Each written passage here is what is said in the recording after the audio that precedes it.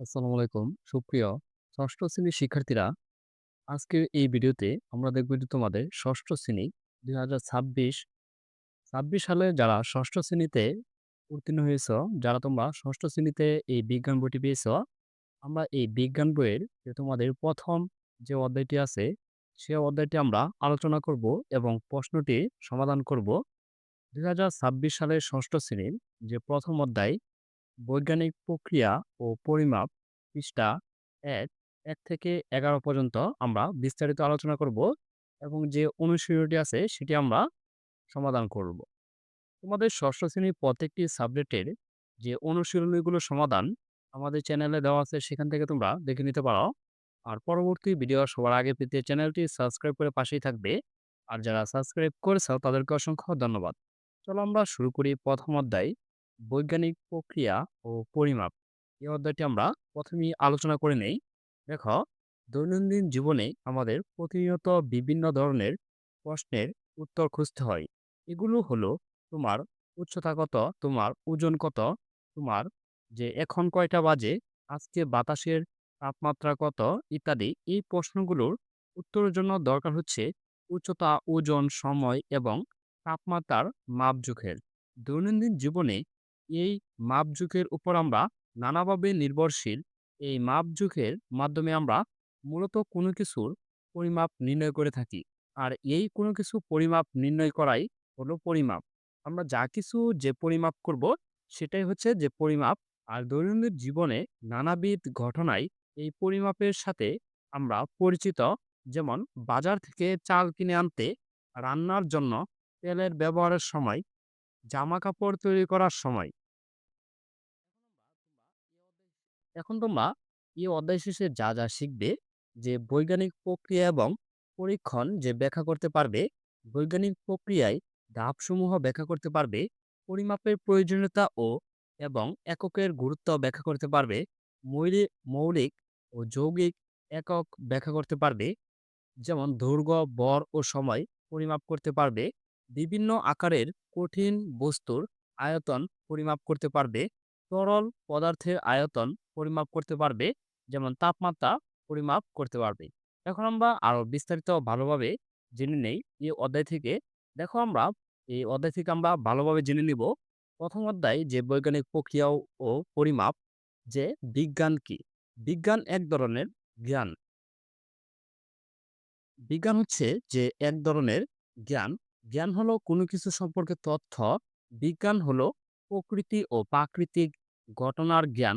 তবে প্রকৃতি সম্পর্কে যে কোনো তথ্যই হচ্ছে বিজ্ঞান নয়। কেউ যদি কোনো কিছু প্রকৃতির ঘটনার মন গড়া ব্যাখ্যা দেয়, তা বিজ্ঞান হবে না। যে কেউ যা কিছু মুখে বললেই এটি বিজ্ঞান হবে না। বিজ্ঞান জ্ঞান হতে হলে তাকে হয় পরীক্ষা বা পর্যবেক্ষণ করে পেতে হবে, অথবা পরীক্ষা বা পর্যবেক্ষণ থেকে তথ্য দ্বারা সমর্থিত যে হতে হবে। পরীক্ষা নিরীক্ষা, পর্যবেক্ষণ ও যুক্তিসহ চিন্তার মাধ্যমে আমরা বিজ্ঞানের জ্ঞান অর্জন করি। এগুলো হচ্ছে বিজ্ঞানের যে প্রক্রিয়া। জ্ঞান যেমন বিজ্ঞান, জ্ঞান অর্জনের প্রক্রিয়া হচ্ছে যে বিজ্ঞান। বিজ্ঞান হলো প্রাকৃতিক ঘটনা সম্পর্কে জ্ঞান, যা পর্যবেক্ষণ ও পরীক্ষা থেকে পাওয়া বা পরীক্ষা-নিরীক্ষা দ্বারা সমর্থিত এবং কয়েকটি বিজ্ঞানসম্মত দৃষ্টিভঙ্গি। বিজ্ঞানের জ্ঞান যেমন গুরুত্বপূর্ণ, জ্ঞান অর্জনের প্রক্রিয়া হচ্ছে গুরুত্বপূর্ণ। আর সবচেয়ে বেশি গুরুত্বপূর্ণ হলো বিজ্ঞানসম্মত দৃষ্টিভঙ্গি। আর বিজ্ঞান কি? তোমরা এই কালার লেখাগুলো এটুকু লেখলেই তোমাদের একটি প্রশ্ন হয়ে যেতে পারে যে বিজ্ঞান কি? আর বিজ্ঞান প্রক্রিয়ার ধাপগুলো কি কি? তা আমরা দেখে নেব। যে বৈজ্ঞানিক যে প্রক্রিয়াকে নিম্নোক্তভাবে বর্ণনা করা যায়। কিভাবে বিজ্ঞানের যে প্রক্রিয়াকে নিম্নোক্তভাবে বর্ণনা করা যায়? যেমন প্রশ্ন, সমস্যা নির্বাচন। আমরা যেকোনো প্রশ্ন বা সমস্যা নির্বাচন করব, বিদ্যমান তথ্য সংগ্রহ করব, সম্ভাব্য ফলাফল। আর তারপর হচ্ছে পরীক্ষণ ও পর্যবেক্ষণের পরিকল্পনা ও উপাত্ত থেকে সংগ্রহ উপকরণ, যেমন চেকলিস্ট তৈরি। তারপর আমরা পর্যবেক্ষণ ও উপাত্ত সংগ্রহ করব। তারপর হচ্ছে প্রাপ্ত উপাত্ত বিশ্লেষণ করব। সম্ভাব্য ফলাফল গ্রহণ বা অর্জন করব। তারপর হচ্ছে ফল প্রকাশ করব। এই কতগুলো ধাপ হচ্ছে যে বিজ্ঞানিক প্রক্রিয়া ধাপ। এটি হচ্ছে যে প্রবাহ চিত্র। বৈজ্ঞানিক প্রক্রিয়ার ধাপসমূহ আমরা প্রথমে কিভাবে ধাপগুলো আমরা একটি বাই একটি অতিক্রম করব। তারপর হচ্ছে পরীক্ষণ হচ্ছে কি? দেখো, যে পরীক্ষণ হচ্ছে বিজ্ঞানের নতুন জ্ঞান পাওয়ার একটি গুরুত্বপূর্ণ পদ্ধতি হচ্ছে যে পরীক্ষণ। এই পদ্ধতি কোনো বৈজ্ঞানিক প্রশ্নের উত্তর খোঁজার জন্য প্রথমে জানা বা বিদ্যমান তথ্যের আলোকে একটি আনুমানিক সিদ্ধান্ত গ্রহণ করেন। পরবর্তীতে তিনি পরীক্ষণের মাধ্যমে ওই অনুমোদিত সিদ্ধান্ত ঠিক হয়েছে কিনা তা যাচাই করেন। পরীক্ষণের উপাত্ত বিশ্লেষণ করে যদি দেখা যায় যে অনুমতি সিদ্ধান্ত ঠিক ছিল, তাহলে তিনি নতুন করে অনুমতি সিদ্ধান্ত গ্রহণ করেন। তারপর আবার তা পরীক্ষণের মাধ্যমে যাচাই করেন। পরীক্ষণ পদ্ধতির মূল বৈশিষ্ট্য হলো এতে সকল কিছু স্থির রেখে একটি মাত্র চলক পরিবর্তন করা হয়। আমরা পরীক্ষণ কি বিষয়টি তা জেনে নিলাম। আর তোমরা যদি আরো জানতে চাও, তাহলে ভিডিওটি পজ করে এই লেখাগুলো খাতার মধ্যে নোট করে নিতে পারো। আর তারপর হচ্ছে রাশি। আমরা জানি যে আমরা যা পরিমাপ করি তাকে সাধারণত রাশি বলে। আমরা যা পরিমাপ করি তাকে কি বলে? যে রাশি বলে। তোমাদের যদি একটি প্রশ্ন আসে যে জ্ঞানমূলক বা সংক্ষিপ্ত সৃজনশীল যে রাশি কি? আমরা যা পরিমাপ করি তাকে সাধারণত রাশি বলা হয়। তারপর হচ্ছে যেমন টেবিলের দৈর্ঘ্য পরিমাপ করার সময় দৈর্ঘ্য হলো একটি রাশি। এই রাশিকে পরিমাপের জন্য বিভিন্ন রকমের একক আছে। যেমন একক, মৌলিক একক এবং প্রাথমিক একক। আরেকটি একক হচ্ছে যৌগিক এবং লব্ধি একক। আর তারপর হচ্ছে মৌলিক একক বা প্রাথমিক একক কাকে বলে? যে একক অন্য কোনো এককের উপর নির্ভর করে না তাকে মৌলিক একক বলে। যেমন যে মৌলিক এককের উদাহরণ হচ্ছে দৈর্ঘ্যের এককের মাধ্যমে কোনো একটি বস্তুর দৈর্ঘ্য সরাসরি পরিমাপ করা যায়, তাই দৈর্ঘ্য একটি মৌলিক একক। আর ভর আর হচ্ছে যে বরের একক, সময়ের একক, তাপমাত্রার একক, বিদ্যুৎ প্রবাহের একক, আলোক উজ্জ্বলের যে একক ও পদার্থের একক।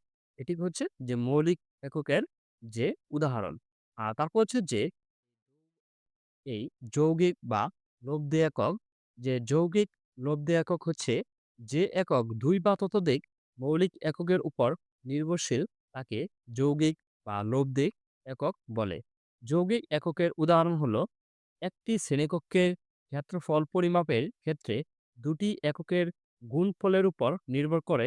যেমন ক্ষেত্রফলের একক হলো দৈর্ঘ্য ও প্রস্থের এককের গুণফল। আর আয়তনের ক্ষেত্রফলের ৩টি এককের গুণফল দরকার। যেমন আয়তনের একক হলো দৈর্ঘ্য, প্রস্থ ও উচ্চতার এককের গুণফল। আর তারপর আমরা জানবো যে এককের আন্তর্জাতিক পদ্ধতি। এককের হচ্ছে যে আন্তর্জাতিক পদ্ধতিগুলো আমরা জানি যে আমরা পরিমাপের জন্য বিভিন্ন পদ্ধতি ব্যবহার করে থাকি যা প্রচলিত আছে। এগুলো হলো যেমন মিটার, মিটার, ফুট, যে সেন্টিমিটার, কে কিলোগ্রাম, পি পাউন্ড, জি গ্রাম, এস সেকেন্ড। মানে আমরা যে শর্ট নামগুলা ইউজ করি এটি হচ্ছে যে পৃথিবীর বিভিন্ন দেশে পরিমাপ পদ্ধতি ব্যবহৃত হয় আসছিল। পৃথিবীর বিভিন্ন দেশে পরিমাপ পদ্ধতি ব্যবহৃত হয়ে আসছিল। অর্থাৎ যে এক রাশি পরিমাপের জন্য বিভিন্ন দেশে বিভিন্ন একক ব্যবহার করা হতো। এককের এই ভিন্নতার কথা বিবেচনা করে ১৯৬০ সালে পৃথিবীর সমগ্র দেশে একটি সাধারণ পরিমাপ পদ্ধতি ব্যবহারের সিদ্ধান্ত গৃহীত হয়। এটিকে এসআই বা ইন্টারন্যাশনাল সিস্টেম অফ ইউনিট বলা হয়। এই আন্তর্জাতিক পদ্ধতিতে সকল ভৌত রাশির জন্য কেবল একটি নির্দিষ্ট একক নির্ধারণ করা হয়েছে। যেমন মৌলিক একক রাশি, যেমন দৈর্ঘ্য, ভর, সময়, পদার্থ একক হচ্ছে মিটার, কিলোগ্রাম, সেকেন্ড, মোল। যে রাশি, তাপমাত্রা, বিদ্যুৎ প্রবাহ, আলোক উজ্জ্বল, যেমন একক হচ্ছে কেলভিন, যে এম্পিয়ার, ক্যান্ডেলা।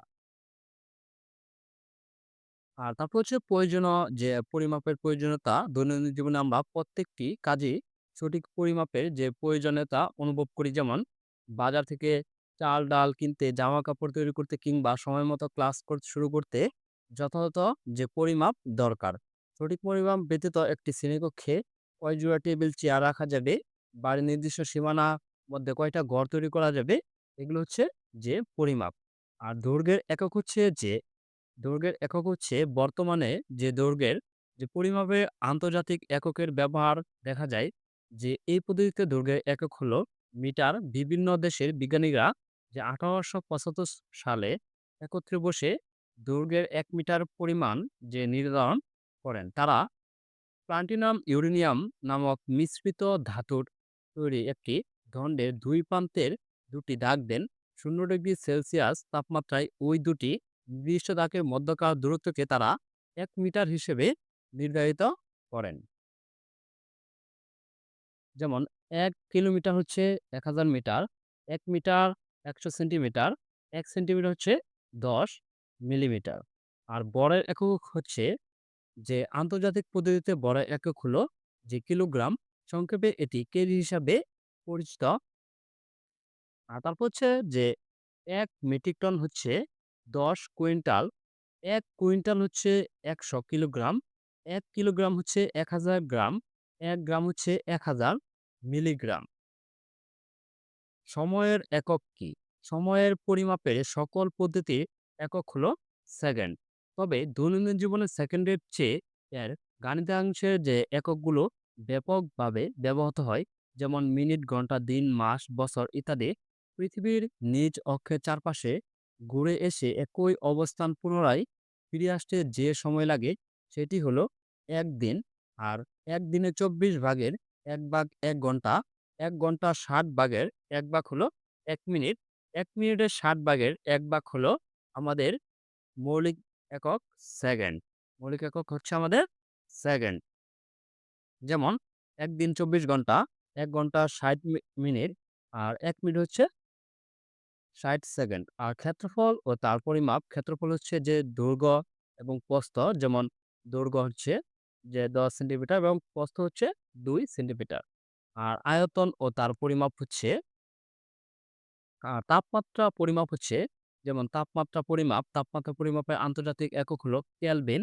তবে এখনো সারা বিশ্বে ব্যবহারিক কাজে, বিশেষ করে দৈনন্দিন তাপমাত্রা নির্ণয়ে বা জ্বর নির্ণয়ে সেলসিয়াস ও ফারেনহাইট একক দুটি বহুল ব্যবহৃত। আমরা তোমাদের এই ষষ্ঠ শ্রেণীর যে প্রথম অধ্যায় বৈজ্ঞানিক প্রক্রিয়ায় যে পরিমাপ, এটি আমরা বিস্তারিত আলোচনা করে নিলাম। যে সহজভাবে আমরা বিস্তারিত যে আলোচনাগুলো আমরা করে নিলাম, তোমাদের এই বইয়ের ভাষা থেকে আমরা সহজভাবে এই অধ্যায়ের আলোচনাগুলো করে নিলাম। এখন আমরা দেখে নিব যে তোমাদের যে নমুনা প্রশ্ন, বহুনির্বাচনী প্রশ্নগুলো এবং সৃজনশীল প্রশ্নগুলো সমাধান করব। বহুনির্বাচনী প্রশ্ন এর বরের একক কোনটি? এই একের উত্তরটি হচ্ছে যে খ কিলোগ্রাম। আর তারপর হচ্ছে 2 যৌগিক একক কোনটি? এই 2 এর উত্তরটি হচ্ছে খ এম্পিয়ার। আর তারপর হচ্ছে 3 বিচিত্রের পাথরের আয়তন কত? এই 3 এর উত্তরটি হচ্ছে যে ক 5 ঘনসেন্টিমিটার। আর তারপর হচ্ছে যে 4 ক্যাচিতে প্রদর্শিত বস্তুটির আয়তন নির্ণয়ের ক্ষেত্রে এই 4 এর উত্তরটি হচ্ছে যে গ 1 এবং 3। এখন আমরা এই সৃজনশীল প্রশ্ন 1 সমাধান করি। যেমন ফারহানের পড়ার গড়ের ক্ষেত্রফল 40 বর্গমিটার, যার দৈর্ঘ্য 10 মিটার। তার পড়ার টেবিলের দৈর্ঘ্য হচ্ছে 1 মিটার এবং প্রস্থ হচ্ছে 50 সেন্টিমিটার। ফারহানের মা যে সমাকৃতির আরেকটি টেবিল সেই ঘরে রাখলেন। এখন আমরা দেখে নেব ক এসআই পদ্ধতিতে দৈর্ঘ্যের একক কি? চলো আমরা এই একের কয়ের উত্তরটি দেখে নেই।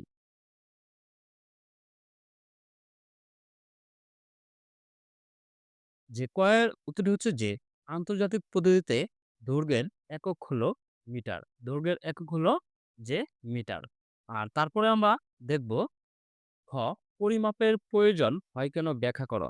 চলো আমরা এই ক্ষয়ের উত্তরটিও দেখে নেই। ক্ষয়ের উত্তরটি হচ্ছে যে আমাদের দৈনন্দিন জীবনে পরিমাপের প্রয়োজনীয়তা অপরিসীম। কারণ জীবন ধারণের জন্য প্রতিনিয়তই আমাদেরকে বিভিন্ন জিনিসের আদান প্রদান করতে হয়। যেমন কেনাকাটা, কোনো কিছু পরিমাপ নির্ণয় করা, এমনকি বৈদেশিক বাণিজ্যের ক্ষেত্রেও পরিমাপের প্রয়োজন। কারণ পরিমাপ ব্যতীত এই কাজগুলো কোনোভাবেই সম্পন্ন করা সম্ভব নয়। আমরা তোমাদের এই ক্ষয়ের উত্তরটিও দেখে নিলাম। তারপরে দেখবো আমরা গ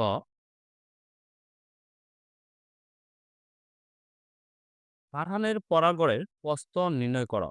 তো আমরা এই ঘরের উত্তরটিও দেখে নেই। ঘরের উত্তরটি হচ্ছে যে পাঠানে পড়ার গড়ের ক্ষেত্রফল হচ্ছে ৪০ বর্গমিটার এবং দৈর্ঘ্য হচ্ছে কত? ১০ মিটার। আমরা জানি ক্ষেত্রফল সমান দৈর্ঘ্য এবং যে প্রস্থ। ক্ষেত্রফল যে আমরা লিখব যে প্রস্থ, ক্ষেত্রফল, দৈর্ঘ্য আমরা ক্ষেত্রফল লিখব যে ৪০ বর্গমিটার এবং দৈর্ঘ্য হচ্ছে ১০ মিটার। কত পাই? যে ১০ ৪০ এ কয়বার দেয়? ৪ বার দেয় হচ্ছে ৪ মিটার। আমরা পাই হচ্ছে ৪ মিটার। অতএব পাঠানের পড়ার গড়ে প্রস্থ হচ্ছে ৪ মিটার। আমরা তোমাদের এই গড়ের উত্তরটি পেয়ে গেছি। তারপরে দেখব আমরা ঘ যে ফারহানের পড়ার গড়ে ফাঁকা জায়গায় থাকার সম্ভাব্যতা যাচাই করো। চলো আমরা এই ঘয়ের উত্তরটিও দেখে নেই। ঘয়ের উত্তরটি হচ্ছে যে উদ্দীপক থেকে আমরা পাই ফারহানের যে পড়ার গড়ের ক্ষেত্রফল আমরা পেয়েছিলাম যে উদ্দীপকে ৪০ বর্গমিটার, পড়ার টেবিলের দৈর্ঘ্য পেয়েছিলাম ১ মিটার, পড়ার টেবিলের প্রস্থ পেয়েছিলাম আমরা ৫০ সেন্টিমিটার। এগুলো দিয়ে আমরা ৫০ সেন্টিমিটার এবং যে ১০০ দিয়ে আমরা করলে পাই হচ্ছে ৫ সেন্টিমিটার। আর তারপরে আমরা দেখি যে পড়ার টেবিলের ক্ষেত্রফলের যদি আমরা যে সূত্রটি এখানে ফেলি, দৈর্ঘ্য এবং প্রস্থ এবং বর্গ একক যে আমরা পাই হচ্ছে ৫ বর্গমিটার, ০.৫ বর্গমিটার হচ্ছে আমরা পাই।